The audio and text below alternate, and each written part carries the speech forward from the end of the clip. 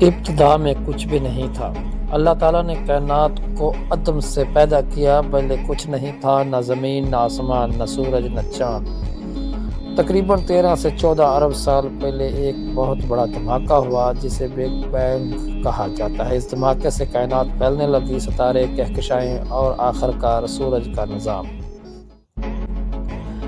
تقریباً 4.6 ارب سال پہلے سورج کے گرد گرم گیسیں اور پتھر کا ایک بادل گھومنے لگا۔ یہ بادل آہستہ آہستہ ٹکڑوں میں جڑنے لگا۔ انہیں ٹکڑوں میں سے ایک زمین تھی۔ زمین ابتدا میں ایک آگ کا گولا تھی۔ جب زمین بنی تو وہ بہت گرم اور پگھلی ہوئی تھی۔ ہر طرف لاوا، دھواں اور زہریلی گیسیں تھیں۔ وقت کے ساتھ ساتھ زمین ٹھنڈی ہوتی گئی۔